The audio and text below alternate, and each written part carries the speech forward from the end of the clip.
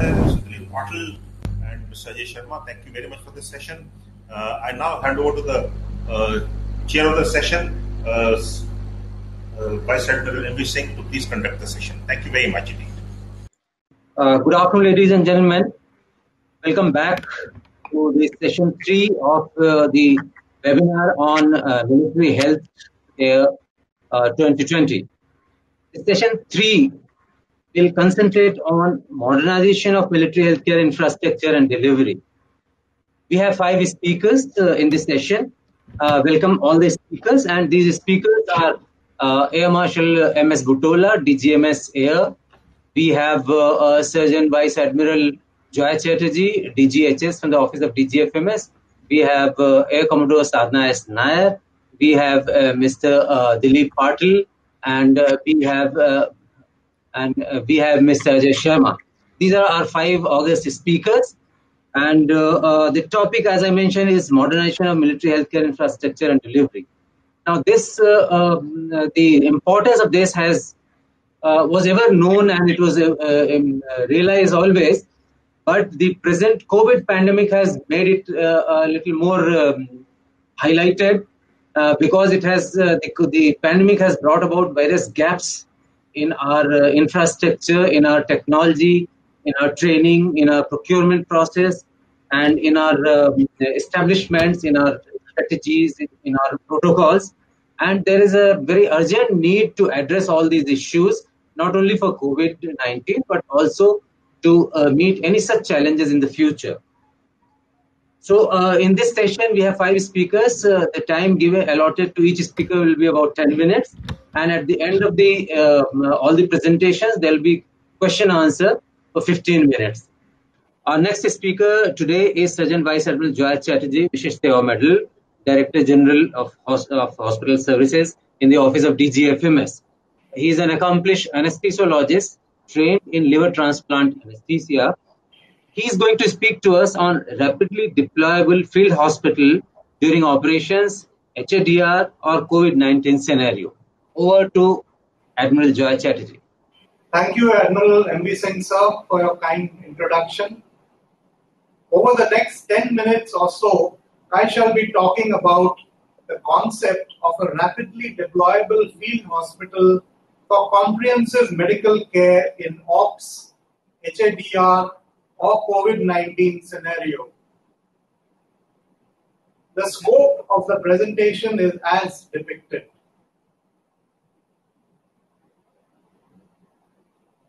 This is an indigenous project conforming to the Honorable Prime Minister's Make in India concept.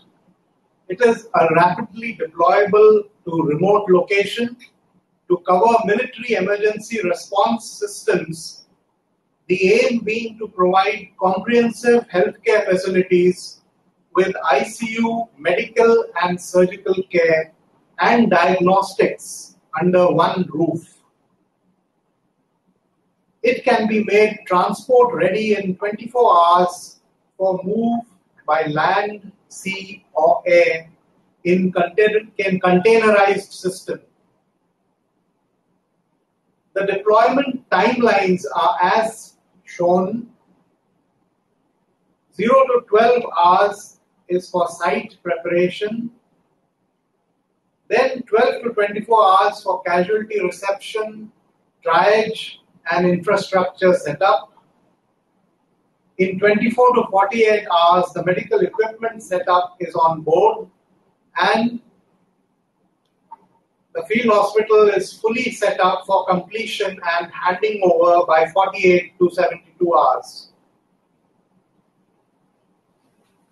This is the 3D floor plan as shown, where we have the main entry with the waiting room, reception and triage, leading to the passage going to the pharmacy, medical stores, the diagnostic area with radiology and laboratory, and on the other side the wards with a high dependency unit ward as well, which is a step down from the ICU, and towards the end the operation theatre. Some of the important features are a setup time of 24 to 72 hours from triage to fully functional state. It is a container-based system with forklift enability, compact, lightweight, transport ready in 24 hours with a modular setup with great flexibility, customizable interiors for various layouts. It has a durable, inflatable PVC structure inflated by air pumps. It is all-terrain, all-weather, withstanding extreme heat, cold and wet conditions with a rigid aluminium structure for safety and support. It can withstand wind speeds up to 80 kilometers per hour, and it is 100% fireproof and waterproof. There are decontamination chambers at all entry and exit points with thermal scanning facility, PPE donning and doffing areas in COVID scenario. The therapeutic services consist of emergency and triage, a state-of-the-art 10-bed medical ICU with central monitoring, a 15-bed high-dependency unit, which is essentially a step down from the ICU, and a 35-bed isolation ward. As we discussed, it has a full-fledged OT for life and limb-saving surgery, and there is negative pressure in the OT, ICU, HDU, and all wards. This is a pictorial depiction of the state-of-the-art ICU with central monitoring. An internal view of the ICU. Going on to the wards, the internal view of the wards. And in the therapeutic services, we also have the support and pharmacy and medical stores, the diagnostics with a portable digital X-ray, ultrasound and a pathology lab, a central sterilization and supply depot with ethylene oxide sterilizer. There is provision for medical records and storage facility, computerized setup with Wi-Fi enabled, audio-visual screening with satellite connectivity for telemedicine. A look at the ethylene oxide sterilizer. Coming on to the manifold room, the medical gas manifold and pipeline delivery of medical gas for oxygen, medical air and vacuum to the wards. Moving on to the ancillary services of modular heating, ventilation and air conditioning, the HVAC system with HEPA filter. We have plasma bipolar ionization technology for ion-based disinfection of air to reduce the transmission of infection. It is maintenance-free without harmful byproducts or pollutants like ozone. And the walls are moisture, fungus and bacteria resistant. A look at the plasma air bipolar ionization technology for reduction of transmission of infection. It releases positively and negatively charged oxygen ions which are unstable. The negative ones with electrons and the positive ones seeking electrons, by virtue of which they attract particles from the atmosphere, thereby mopping up microorganisms. There is a fully integrated electrical and lighting system with 100% LED lighting, maintaining easy sanitization. The electrical switches and sockets are on head wall panel, suitable for swipe cleaning. The power generation system is by diesel gensets and it has a UPS backup. We have bio toilets with biodigester, which are 100% eco-friendly, solid discharge-free, emanating methane gas, which is harmless. It saves water and energy. The biomedical waste management system is strategically located with bins. The wastewater collection and drainage is catered for, and there is a 4-chamber mortuary.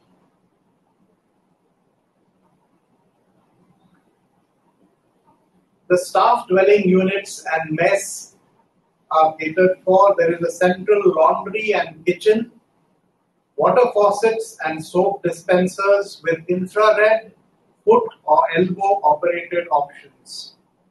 There is a 7,500 liters water supply system with purification and distribution at the rate of 75 liters per minute.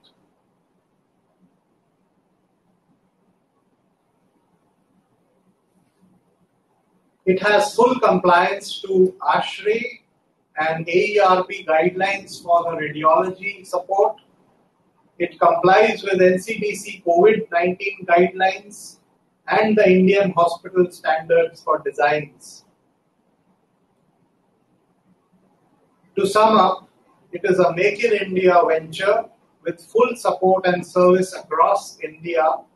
It is rapidly deployable, mobile, flexible units which are transportable by land, sea and air, full-fledged comprehensive care hospital compliant to COVID-19 standards with a comprehensive SOP for installation and ops.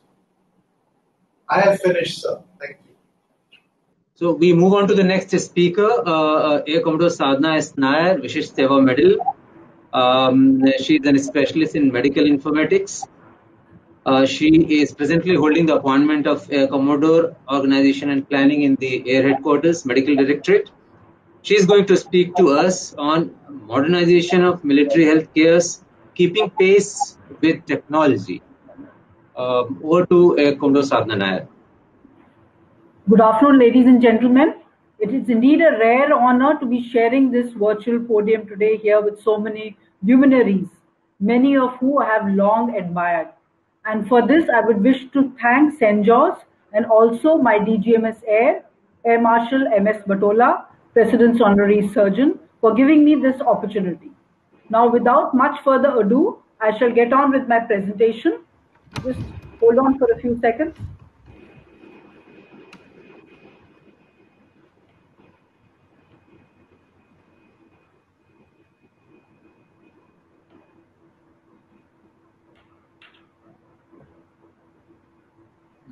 Is it visible? The presentation, is it visible?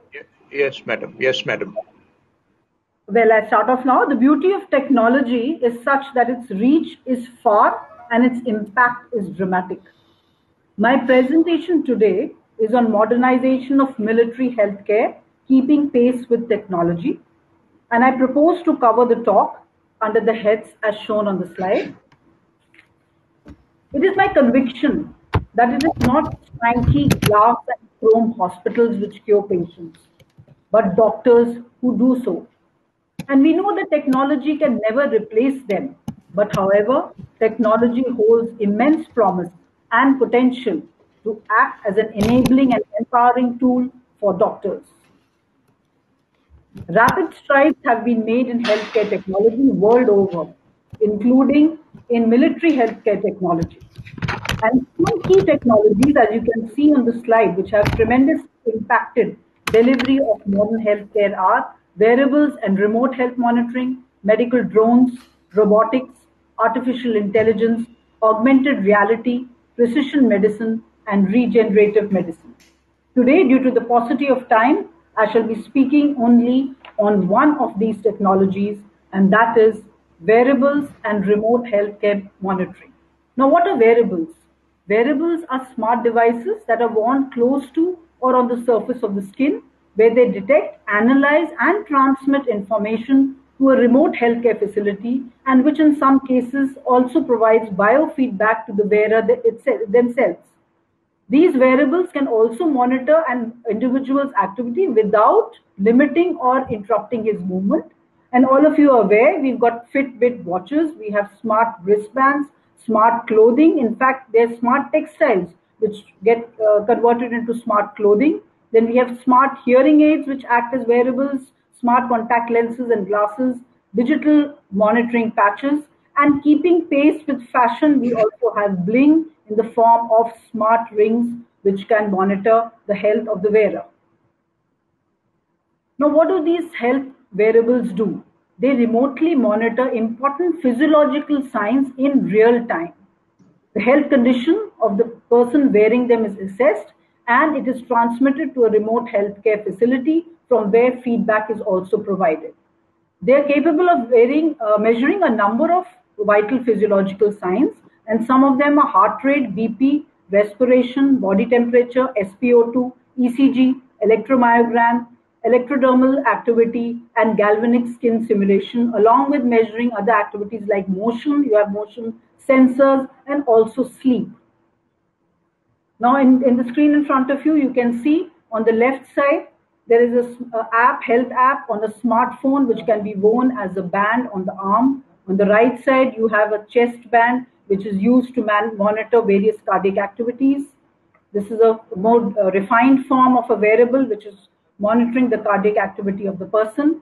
In fact, wearables are also used for fetal monitoring. When worn on the abdomen of the pregnant women, they can detect the fetal heart rate, they can detect fetal motion, and this is transmitted to the doctor or the caregiver, and an alarm sounds when the heart rate goes either above or below the physiological range, or in case the fetal movement falls below a particular rate, and in which case instant care can be provided to the pregnant mother. Now, what are the benefits of these wearables? They are portable, easy to use, small in size, lightweight, wireless, and they help in monitoring health conditions in real time and 24/7. They allow patients to stay in the comfort of their homes or in their workplace, and expensive healthcare facilities are not utilized. This results in a huge reduction in the cost of healthcare delivery. There are certain medical ergonomic and security requirements of wearables. They must be comfortable for the wearer. They should not be rigid, but the components should be flexible. They need to be small and chemically inert and non-allergenic to the human body. Security is very important so as to safeguard the privacy of this sensitive, confidential, personal medical data. They have to be inexpensive, and needless to say, they have to be extremely user-friendly. Now, what are the uses of healthcare wearables? They can be used for monitoring of the medical data of these health wearables can result in early detection of disease prevention, patient and disease management, reduced human intervention, which may not be good at all times, but definitely in conditions like if you saw the current COVID-19 pandemic, where we needed a minimal doctor-patient interaction, this would have been of great help then.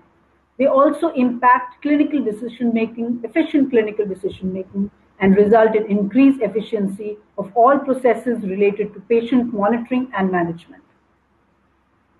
What are the health applications of these wearables?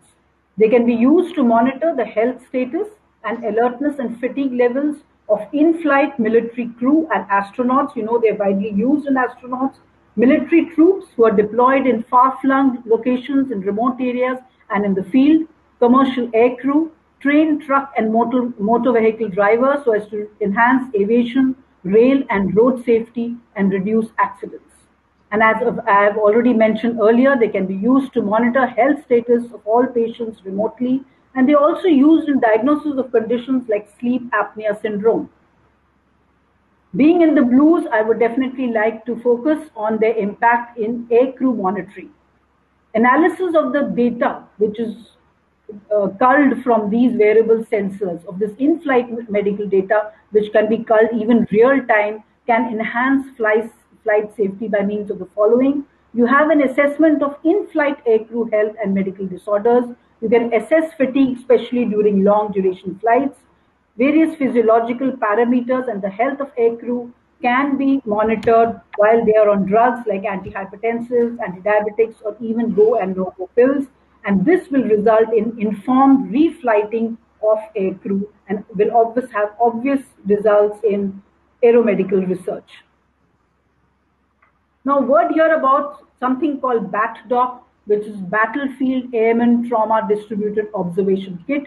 This is a mobile application that the US Air Force has developed that allows a medic to monitor multiple patients with relative ease while on the battlefield.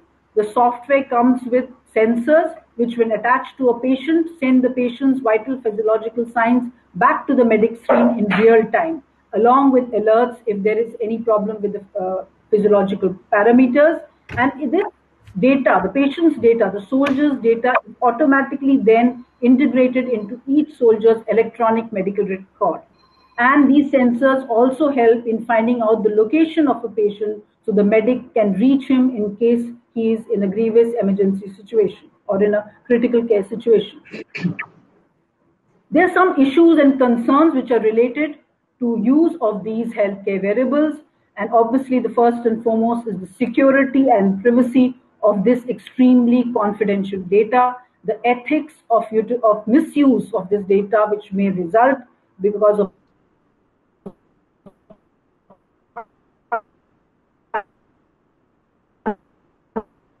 ethical use. They have to be acceptable by the user. They must be comfortable, reliable, that should be highly sensitive and specific. Then concerns regarding big data. Analysis of such huge amount of data, the capabilities rarely exist. The skills to analyze such big data, and of course the cost factor. Now, a word here about nanosensors. Now, nanosensors are revolutionizing technology, and these are the size of a few nanometers, and they operate on the scales of atoms and molecules. Their small size makes them ideally suited for everyday use, and they are highly sensitive and specific as compared to traditional sensors. A word again about telemedicine sensors. We have heard Lieutenant General Madhuri Kanitwar speaking about the importance of telemedicine, and in fact, the holy grail of telemedicine is the sensor. Now, with the adoption of sensors into telemedicine, telemedicine technology can be catapulted into the next level. So to conclude, I would like to say that wearable sensors and remote health monitoring have the potential to significantly impact the future of healthcare delivery, not only in the military, but world over. Thank you and Jai Hind. Sir, now where I left was, as I told, tertiary and secondary care are in big centers. We are well equipped there, so there is no issue on this. If there are any shortcoming, we can fall back to our civil healthcare setup. Now we should focus on primary healthcare, that is promotive, preventive, and preparatory. I will be discussing this primary combat healthcare in the backdrop of our recent face-off with China, wherein our troops were required to deploy in high altitude areas in a short notice, and that deployment was in the Galwan Valley, Tangangsu Lake, and Hot Spring. These all are located at stage 3 of high altitude. As we all know, we are following this age-old acclimatization schedule, that is stage 1 at 9,000 feet for 6 days. Then stage 2 at 12,000 feet for 4 days, and then stage 3 above 15,000 feet for 4 days. So it means our troops, those who have to get inducted for operations in high altitude at stage 3, will have to wait for 14 days of acclimatization before they become effective. Similarly, in Air Force, when our aircrew and aircrafts are mobilized to high altitude areas, they will have to wait for 6 days before they become operational. In combat scenario, this may be unacceptable. To overcome this challenge, Armed Forces has undertaken few endeavors in recent past. First is the intermittent hypoxic exposure at lower altitude.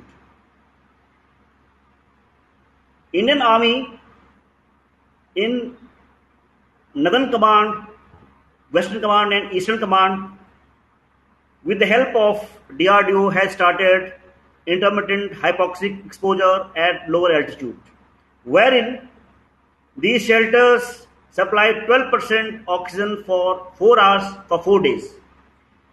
This is physiologically equivalent to 15,000 feet of altitude.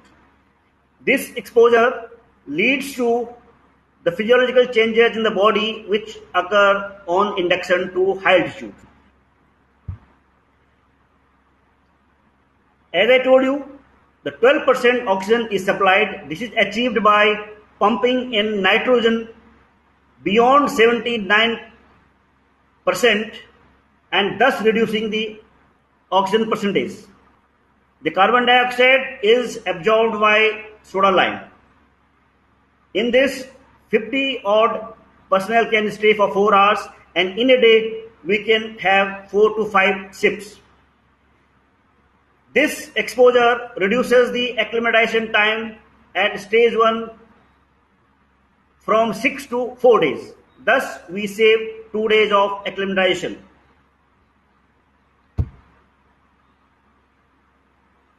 When we analyze these experimental group with control group, we can see the Lake Louise AMS scoring, which is used to assess the severity of acute mountain sickness.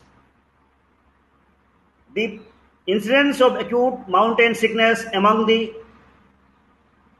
exposure group was significantly lower, and the oxygen saturation in high altitude was similar to the control group, those who are naturally acclimatized. This is the photo shot of the chamber at Chandigarh. Second endeavor, which is done in armed forces, oxygen enriched shelter at high altitude. This is more apt for Air Force, for our aircrew. When our aircrew induct to high altitude, they will have to wait for acclimatization schedule to get over. To overcome this problem, we have fabricated oxygen enriched shelters, wherein we supply 25% of oxygen. Every 1% rise in percentage saturation of oxygen means 1,000 feet drop in altitude. It means when 25% oxygen is breathed at Leh, he will be ineffective at 6,000 feet altitude, which is absolutely safe for any air operation. Thereafter, this aircrew will come out when other aircrew, those who are naturally acclimatizing, are ready to take on, and thus we can have uninterrupted air ops in high altitude from the day one. These are the few snapshots of the oxygen enriched shelter at Leh. You can see all the externalized lights, all the sensors, oxygen delivery pipes, all the valves, and this is the outside manifold which was started in 2012 at Leh. Third endeavor is rapid acclimatization using pharmacological agent. Indian Air Force started this procedure in 2011 after a study which was carried out in Delhi, wherein we use tablet acetazolamide 125 mg BD 2 days prior to induction and 2 days at high altitude.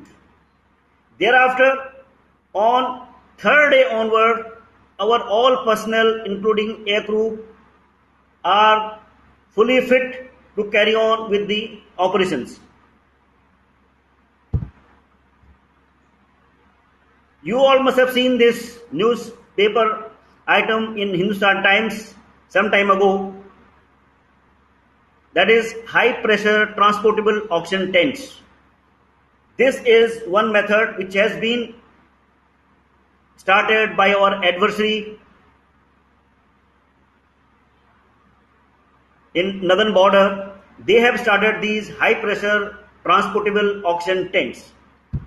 Their concept is it leads to better quality of sleep, which is generally disturbed in high altitude, which leads to less fatigue. Then there is improved stamina. There are less effects of high altitude and low incidence of high altitude maladies. Fifth thing, what we have started is quality medevac using PTU. Air Force has started hub and spoke doctrine of casualty management for last 10 years.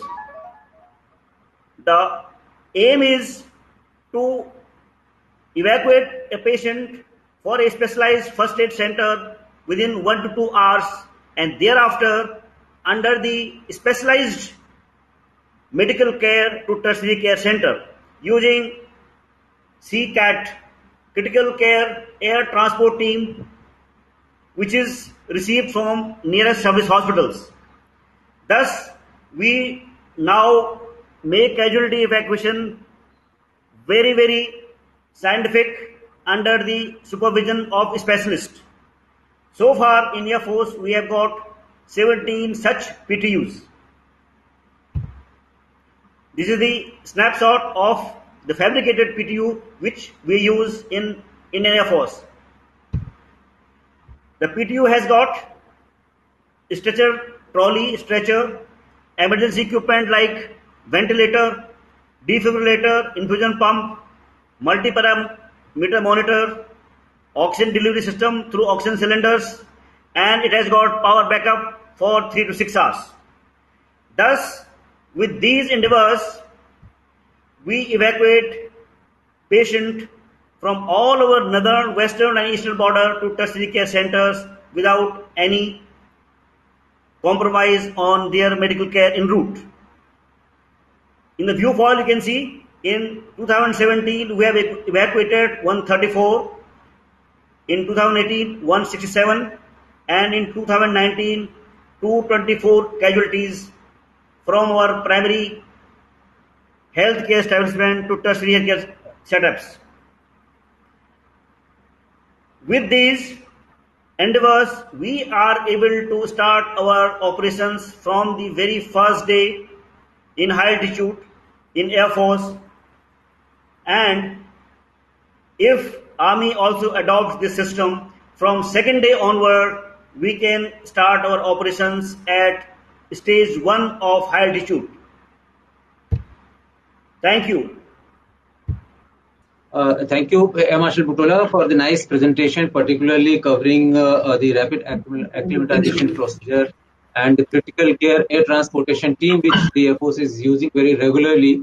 This is a good force multiplier as far as the healthcare is concerned in the Air Force. Now we'll move to the next speaker. Our next speaker is Mr. Dilip Patil, the founder director of Trivector Biomedical LLC. He is going to speak on a very, very pertinent subject in today's context. That is hand and surface sterilization enough? I'm sure there will be a lot of queries and a lot of doubts among the audience on this subject. So over to Mr. Dilip Patil. Thank you, sir. Hello, good afternoon all.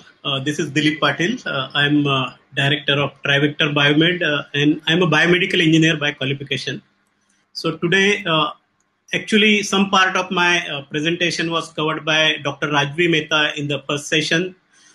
She talked about different air purification technologies, and I'm going to take it a little further about the solution. Firstly, thank you very much all the defense services people. You're taking care of not just the border, but the health of the people who are protecting us from our enemies. So thank you very much, and I'm glad to be part of this conference as a lead sponsor.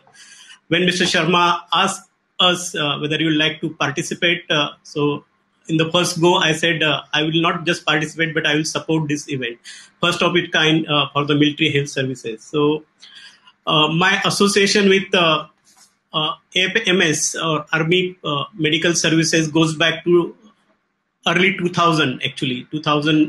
In 2001, we set up Indian Army's first IVF center in RNR Hospital in Dhaula Kua. That was the inspiration by Lieutenant General Punita Arora. She was the force behind this. And then we completed that project on a turnkey basis. And then we are still working with Indian Armed Forces. Even when we diversified into airborne infection control, we are still supplying to command hospitals and INHS Ashwini. We are taking care of their requirements for airborne infection control as well as their infertility requirements. So this event wouldn't have come on an appropriate occasion. Today is World IVF Day. Today, on this day, 41 years back in 1978, the first test tube baby of the world was born, and this is celebrated as World IVF Day today. And then it is also very appropriate occasion because just tomorrow we'll be celebrating Kargil Vijay Divas. So it's really very, very auspicious and very proud occasion to be part of this. So I will start with my presentation. I hope you are able to see my screen. Hello. Can't see your presentation. Not yet. Okay, so I will share the screen. Maybe is it visible now? Yes, visible. But can you enlarge it? Yes. Okay. Okay. So why hand hygiene and surface cleaning is not enough? That is my topic. It's little very bold statement. Because that is the gold standard. So these are the gold standards of controlling hospital-acquired infections or healthcare-associated infections. So we have to improve the hand hygiene among hospital staff. That is what we are doing. We have to improve the surface cleaning protocols. In the days of COVID, we are more particular about this. And then this is bolstering antimicrobial stewardship program for avoiding unnecessary administration of antibiotics. That is another gold standard which has been followed up. And of course, now there is one more parameter added to this gold standard, that is social distancing or physical distancing. But all these years, we are neglecting the air part of the gold standard actually, because we tend to disregard the nature of or rather the role of the air in this, infection control actually. So that is where I'm going to stress more on. So healthcare workers' hand hygiene means hands are the chief vehicle of pathogen transmission at hospitals. This is a slide which is borrowed from WHO. WHO says there are 5 moments for hand hygiene. What are they? First is before touching a patient, you have to monitor the hand hygiene or rather wash the hands. Before cleaning or doing aseptic procedure, that is second. Third step is after body fluid exposure risk, means when you are exposed to body fluid. Fourth is after touching the patient. And fifth is after touching the patient's surroundings, maybe bed railings or clothes or whatever. So unfortunately, 76% of healthcare workers miss at least one key moment of these 5 moments. So this is a study done in Germany and Ukraine. So 76% of the time, the healthcare workers miss at least one of these gold moments. So even when hand rub is readily available, when dispenser and sinks are working order, when policies and procedures are visible, there still remains compliance issue. So compliance are absolutely low. So according to WHO, it is even less than 40% globally. So what can go wrong when we are following hand hygiene? Either we are not rubbing long enough our hands, we are not using enough soap, like 20 seconds, we are not cleaning the backs of the hands, sometimes we are leaving the wrist exposed, and while changing the gloves, we fail to change the gloves at appropriate times in an appropriate way. So these are some of the lapses in hand hygiene. And then comes the importance of surface hygiene. So given the limitations of hand hygiene, so we have, and then proliferation of superbugs and other airborne impurities, surface cleaning has to be more critical actually. It is critical. So we have seen infection outbreaks which were traced to all manner of contaminated surfaces like bed railings, sinks, door handles, stethoscopes, glucometers, computer keyboards, telephone in the ICU. So what are the problems with surface cleaning? As with increasing budget cuts, cleaning staff often have far less time than the 40 to 45 minutes recommended between two patient room disinfection. This is what WHO recommends, that there has to be at least 45 minutes of disinfection time between two patients admission to the ward. Surfaces are not cleaned thoroughly enough with the right chemicals in the right concentration and for the right length of time. This is unfortunate fact. Then hospital cannot accurately gauge whether the room or particular surface area has been disinfected, because normally as a human tendency, we tend to see the visual, we tend to inspect visually. If it is clean, it must not be infected. Even with thorough cleaning, this is again a research paper way back in 2014, that even after surface cleaning with disinfection, proper disinfection, bacteria comes back within 3 hours of chemical disinfection. So they bounce back. And some private hospitals, or many of them rather, outsource cleaning staff. And this cleaning staff, because they are outsourced, they tend to be maybe underpaid or undertrained, and they don't have a full commitment towards that hospital which they service. So their job they may perform their job with less diligence. And there is again a paper in 2017 suggesting that using outsourced cleaning services have far higher rates of superbug infection than in-house cleaning. So it brings us to the missing link. So what is important is air. We are missing the air, because whatever is in the air settles down on the surfaces, and surfaces create the contact points for the hands. So this is the loop actually. This is the infection control loop. So we have to complete this loop. So we have to take care of the air as well. So we have to inactivate the viable airborne particles before they settle down on the surfaces. And Bill Gates in 2018, he has proclaimed, or he has maybe envisaged, that a fast-moving airborne pathogen could kill more than 30 million people in less than a year. That was his statement way back in 2018, and how prophetic he was actually. Means when you say the current pandemic, and maybe we don't know which pandemic will come in future. So this is very true, because airborne pathogens may kill millions of people.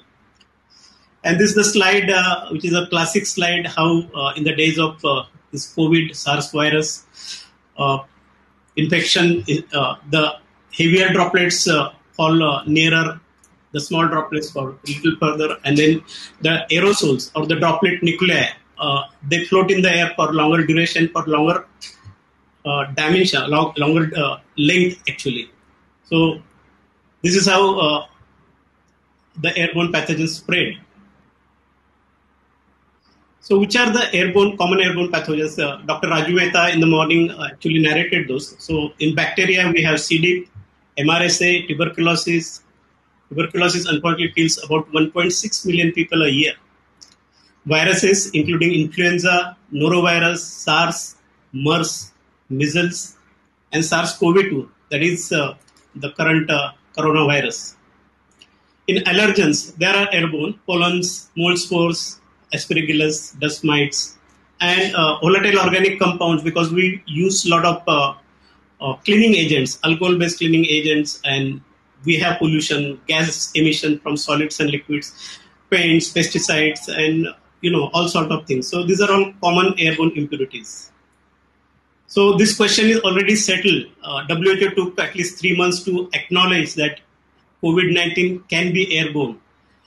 So they were insisting that it is mainly through respiratory droplets and contact routes. That is still true, but they have now admitted that in a small room or closed room with the air condition, the risk of airborne transmission of COVID is high. And there have been a lot of evidences, or rather mounting evidences, that coronavirus travels through air. And the good examples are Diamond Princess cruise ship. Nebraska University conducted study of the air particles, the RNA particles collected from the patient rooms from the ship actually. So the air samples, 66.7% air samples taken from the hallways were found with RNA particles of coronavirus. And then three Wuhan hospitals also conducted studies, virology study on SARS-CoV-2 on the PPE, means the room where PPE was being changed, and they found that even after 2 days of changing the PPE, the particles, not the virus, but the viral particles were reported in the study. And there are numerous now studies and examples coming out, whether it is airborne. So there are two methods of cleaning the technologies, as Admiral Chatterjee also mentioned about bipolar ionization. So there are two methods broadly: trap and deactivate, or trap and kill technology. So trap technology is HEPA filter, carbon filter, electrostatic precipitation. Ionizers come in trap technology because they don't kill the pathogens or microorganism, but they aggregate it, they filter it. And sometimes they are labeled as plasma, which is not a correct term actually. And there are other technologies which mix and match all sort of trap technologies. In kill technology, the most effective and most cost-effective rather technology has been there for 3 decades, which is ultraviolet rays, UVGI, ultraviolet germicidal irradiation at 254 nanometer wavelength. It is very, very effective, but then it also has its side effects, like it is carcinogenic, it is harmful to the skin and also the eyes. Then we have xenon lamps and this chemical fumigation, or hydrogen peroxide, or ozone, or formaldehyde. These are the very cheap and economical, effective technology. But then, this cannot be done in the patient occupied room. Means you need to have the cooling period, and you need to cover all the electronic gadgets in the hospital room or OT. So these are point in time. Means these are effective when you do it. But then once you open the door of the OT or the room, whenever patient comes in or staff comes in, the microbial load comes in as well. So this is point in time technology.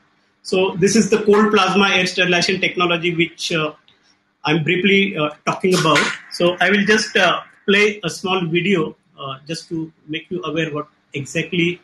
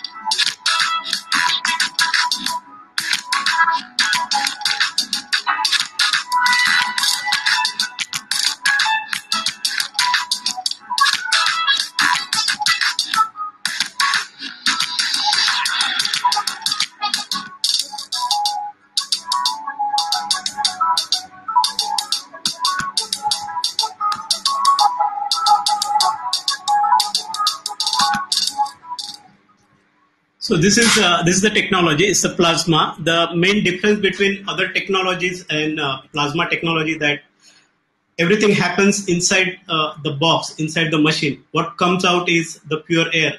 While other technologies like ionization or bipolar ionization, they generate positive and negative ions, and they club with the pathogens or the impurities in the air. So it is the discharge of the ionization or the plasma which comes into the air. So everything happens in the room, not in the machine. Here it is very safe to be used besides the human being.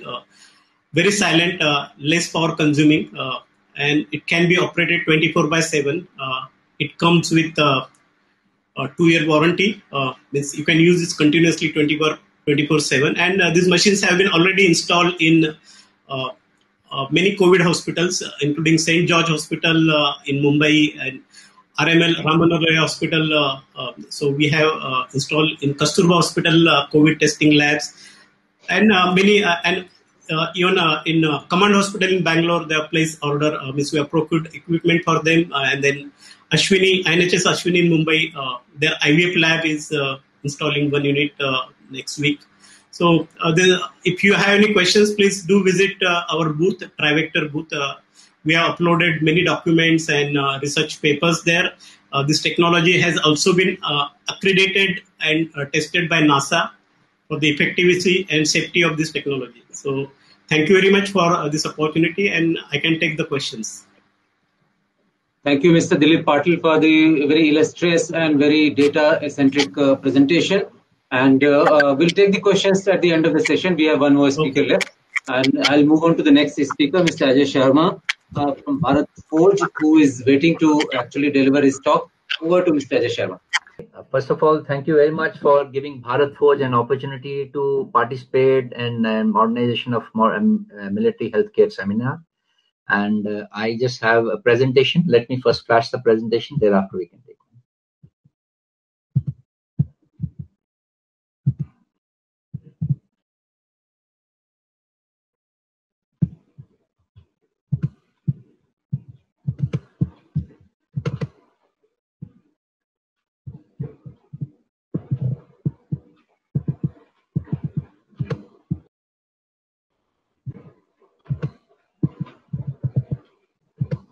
So can you see my presentation? Yes, okay, yes, okay. Very Great, well, great. very well. The first hurdle is over. Okay. First of all, let me introduce myself. I'm Commodore Ajay Sharma, retired from Navy. And I have been part of Bharat Forge since last about 5-6 years.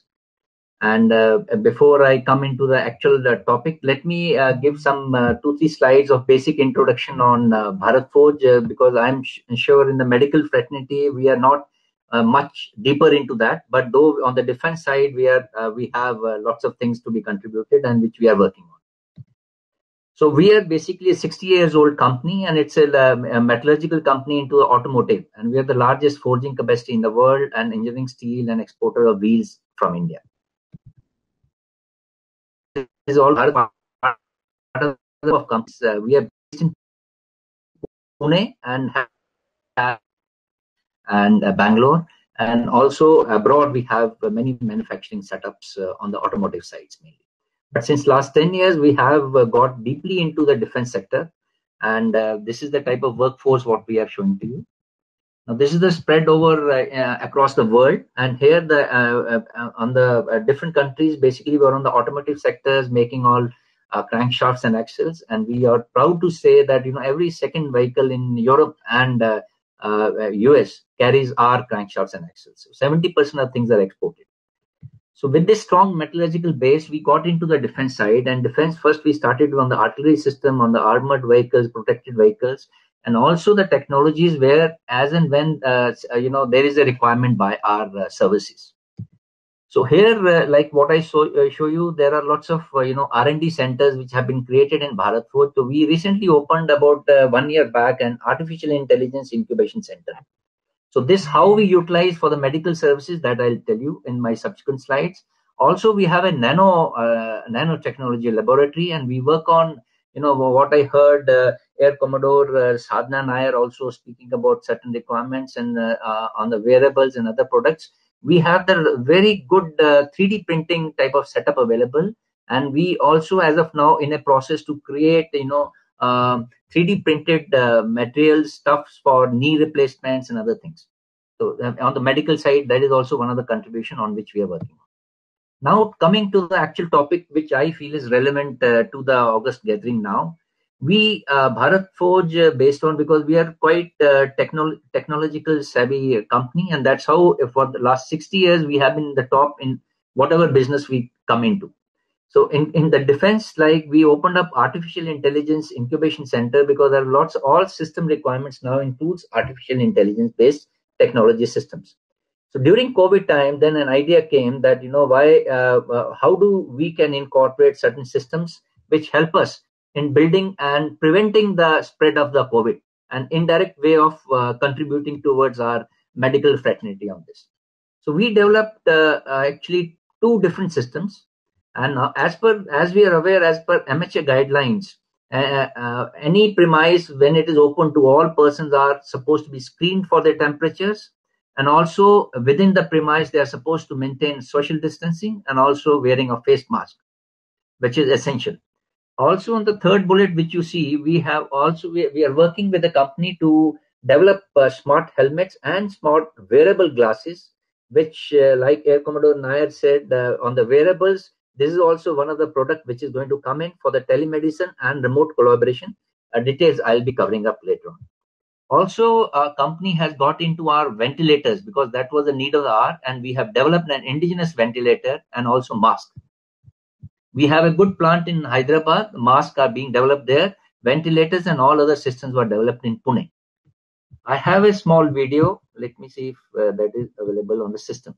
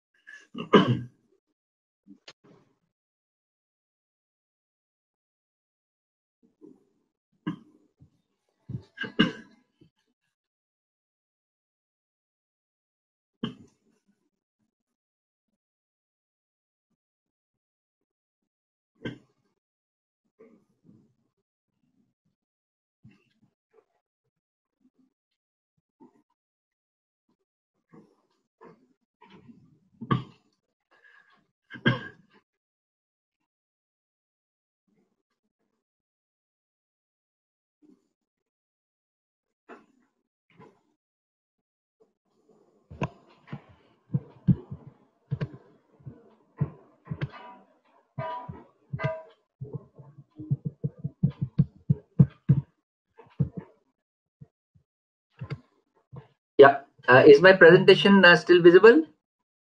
Yeah, yeah. Okay, thank you. Now the thermal setup, what we have done is there is a thermal camera. Now actually if you see as of now in the maximum organizations in the offices, we see handheld guns being used. Actually that's not a correct way to do, because they're actually violating the social distancing norms. Because as per the social distancing norms, there should be a distance of at least 2 meters. And in fact, if anybody is suffering, and the disease can get spreaded. That's how we came out with an automated process where a thermal camera is there, and automatically any person coming in, his temperature gets detected, and also in case there is an ID with that person, his ID gets recorded with and this all recordings of the temperatures gets stored in a database, and it can be seen later on with the previous number of days and other things. We can monitor the temperature of a person. So this system is already deployed in many organizations now, including at Bharat Forge, also in various schools. Second, project of ours is, which is a product is, we have developed an artificial intelligence based software solutions, which gets integrated with the existing CCTV cameras. Now what happens is, in existing CCTV camera, you have already a coverage already available, but now a logic has been built in that anybody violating the social distancing norms or not wearing a mask, automatically data gets stored and also alerts get generated. Those alerts can also be sent across to on the mobiles, etc. So advantage here is that you at least you try to prevent the spread of the whole thing. This system is also already deployed, and we feel prevention is better than cure. And this is the best way where you can prevent, and we can, we contribute in our indirect way on the medical thing to prevent the spread of disease. Now, this is some of the snapshots which we have taken in our own company. Now, like you see, anybody who does not wear mask, a red rectangle gets there, and the one who's wearing mask is given a green rectangle, and all these data get stored. I can go back into my database and check through last 3-4 days. Now, advantage here is that security people, the persons who are monitoring, they can go and exercise, cautions and discipline in those people who are actually violating the things. It's a slow process. We have realized even in our company, because we have almost a strength of 4,000 to 5,000 people. Though as of now, our induction is only for the 30%. But all these, the moment you capture these photographs and spread it across, we realize a self-discipline has come into the employees who are working in our company. Now, this is the architecture, which I'll not go into more details. Now, the second product, what we have is, we have a thermal imaging helmet and glasses. Like what Nair Madam said, that these are the smart glasses which, if somebody wears, it acts like for a telemedicine and for the remote collaborations. This glass contains a thermal camera and also a day camera, and also has sensors for remotely transfer of information both ways. Like if you see, this assists the front-line medical personnel in treating patients affected with COVID-19. So even if experts and specialists are not there, they can remotely guide all these medical frontline personals in treating the patients, and also getting the data from that patient, and including the X-ray reports and other things, temperature monitoring, etc. These all information can go back and they can advise them how to take action on that side. It also exists, records medical histories which can be transferred on the back end. So this way, even controlling the people, providing the medical facilities at the remote locations is highly possible now. Physicians stream what remote specialists are seeing can be seen through this. We receive live feedback from the specialist on this, and patients can be treated hands-free. So this as of now, this is because we are doing in collaboration with the company which has already done this product, and this is expected to be available with us in another. Again, based on all previous technologies on which we have already worked on, and there's a system in place. Similar product, what we have done is, there's a helmets which, though not directly related to that, but also for the airport, for the office premise, or for the industrial, and this gives a multiple people coming in, their temperatures can be monitored, and that temperatures can get connected with a database at the back end, and you can have the face recognition of the person also. And even in the airports, we see these helmets can be worn by the security people, and also by the now, because like what we saw recently, it's spreading by touching on the surface, etc. Even on the boarding passes, this can automatically read the boarding passes and check in the people, etc. So this is what we are going to display to the airports and also to the various offices on this. So this is an architecture. I'm not getting into that because this is all simplified and it can be easily implemented. So this is what I just wanted to cut short on time, sir. And my email address and my phone number is there. In case we need any more details, I'm always available, sir. Thank you very much.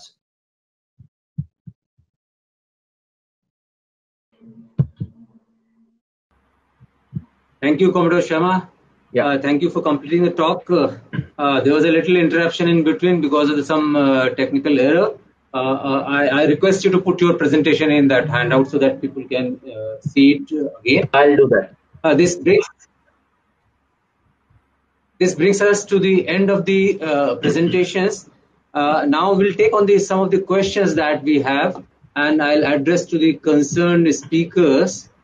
The first The first question was to Admiral Joy Chatterjee from Lieutenant Madhuri Kanitkar about how many years old is the field hospital, and it will be excellent to use for HADR as well as upgrade our combat inventory which needs it urgently, and do we have inflatable hospitals? So Admiral Joy Chatterjee, can you take on this question? Yes, thank you, Madhuri, for this nice question. It is not very old. It has come up, the concept, only after the setting in of the COVID pandemic. And I think we will be the first ones, if it comes through, we'll be the first ones to actually use and deploy it. I believe Tata Memorial Hospital in Mumbai has also ordered a smaller version, but that is without ICU and OT, only isolation beds. But thank you very much for your nice response, and I fully agree that it will be in a multi-purpose setting. It will be very useful, and flexibility will be achieved. So it will be a value addition for the Armed Forces Medical Services. Thank you, Admiral Joy Chatterjee. Now next is actually it is more of a comment again by Lieutenant Madhuri Kanitkar regarding remote monitoring facilities, and she mentions that antenatal scanning and fetal monitoring app has along with uterine contraction already available in India through indigenously funded by the Department of Biotechnology, and it has got facilities of remote monitoring to predict early fetal distress. Then there is a request from Lieutenant Madhuri Kanitkar and my teacher, mentor and senior Air Marshal Pavan Kapoor sir from Air Commodore Sadhana Nair, if she could mention a little brief about the Air Force's iReach program. Over to Air Commodore Sadhana. Thank you for your question, sir. So this iReach program was in fact a brainchild of Air Marshal Pavan Kapoor himself, and it was launched about 3-4 years back. It stands for Involvement of Research Personnel in Augmentation of Community Health. So basically, it is an e-learning program in which we follow the spoke and hub, the hub and spoke model, where wherever the centers of learning are there, or people who've got experience in a particular field, they are connected all over the entire Air Force through using our AFNet, which is the Air Force network. And any topic is taken up. In fact, this is regularly conducted every week. So domain experts, subject matter experts speak on a particular matter, and the entire 123 medical establishments of the Indian Air Force are connected on this. They can see the presentations, they can hear the discussions, and they can ask questions. So this is very useful. And Pavan Kapoor sir, I would like to tell you that this is still going very, very strong. Thank you for initiating it in your tenure as DGMS Air. Thank you, Air Commodore Sadhana Nair. Now the next question is from Lieutenant Madhuri Kanitkar again, and this question is addressed to Air Commodore Commodore Rajesh Sharma, and Lieutenant Madhuri Kanitkar wants to hear a little more about the smart helmet and glasses for telemedicine. I suggest this can be taken in a personal interaction. And there's one more question from Mr. S.K. Agarwal, who wants to ask Mr. Commodore Rajesh Sharma, what is the time taken to measure temperature by the thermal scanner and whether it is Indian? Yeah, thermal camera is an imported one, but the system, intelligence behind this system is all Indian. And what we have done is this thermal camera is integrated with a day camera.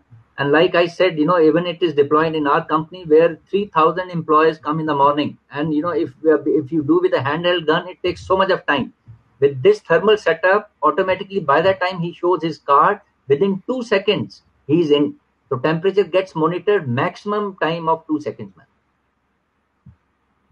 Okay, thank you, Commodore Sharma. There's one more question for Mr. Dilip Patil from Major Ravi Arora. He wants to know how effective is the pocket size UV light, particularly for such things as door handles? Yeah, Mr. Yeah, actually, it would be effective, but then please make sure you're not exposing your eyes and skin very closely with these UV rays. I mean, it is just a small gadget which may be effective to a certain extent, but I'm not sure whether it's really advisable to use UV gadgets with the naked eyes. Thank you, Mr. Dilip Patil. So at the end, there are no more questions. So in the end, let me just summarize the takeaways from this session of the webinar. We learned from Air Marshal Butola that rapid acclimatization for high altitude operations is the way forward, and medevac of casualties through the critical care air combat teams is essential for all the armed forces these days. Admiral Chatterjee told us about self-sustained, containerized, rapidly deployable hospitals are an asset, particularly in HADR situations and in situations in epidemics like the COVID-19. Commodore Sadhana Nair mentioned about smart wearables, which are the in thing and the way forward for remote monitoring of patients. And not only patients, but also remote monitoring of the epidemiological events. And then Mr. Dilip Patil spoke about mentioned that disinfection of hand and the surfaces is not enough to deal with airborne infections. And he mentioned that use of plasma technology can be used to our advantage by inactivating the pathogens before they actually settle down on the surfaces. And in the end, Commodore Ajay Sharma mentioned that artificial intelligence can be used in ways more than one, for not only for diagnostics, but also monitoring, as well as practice of telemedicine. This brings us to the end of this session, and this has been very, very enriching session. There were technical problems, all right, but nevertheless, the carry-home messages were loud and clear. And I wish to thank the organizers. I wish to thank General Vinod Bhatia, General Ravi Arora, Commodore Sharma, Commodore Ajay Sharma, Air Marshal Butola, Sergeant and Vice Admiral Joy Chatterjee, Air Commodore Sadhana Nair, Mr. Dilip Patil, and all the audience for participating in this session. Thank you very much for giving me this opportunity to chair the session, and I wish the webinar a great success. And this brings us to the end of the third session. Thank you. Thank you, sir. Thank you, sir. Thank you, sir. Thank you so much. Thank you very much, Admiral M.V. Singh. Thank you very much, Admiral Joy Chatterjee. Thank you, Admiral. Thank you all the speakers for your time. I will not take any more time. We are absolutely perfectly on time. Thank the chair for that. Absolutely perfectly on time. And I think excellent useful points have come up. And we will see how to now process this further. And of course, the DGMS name is already there. So let's see how it goes about. Thank you very much. Thank you to the speakers. Spending your time on a Saturday. Grateful to you. Thank you. Thank you, sir.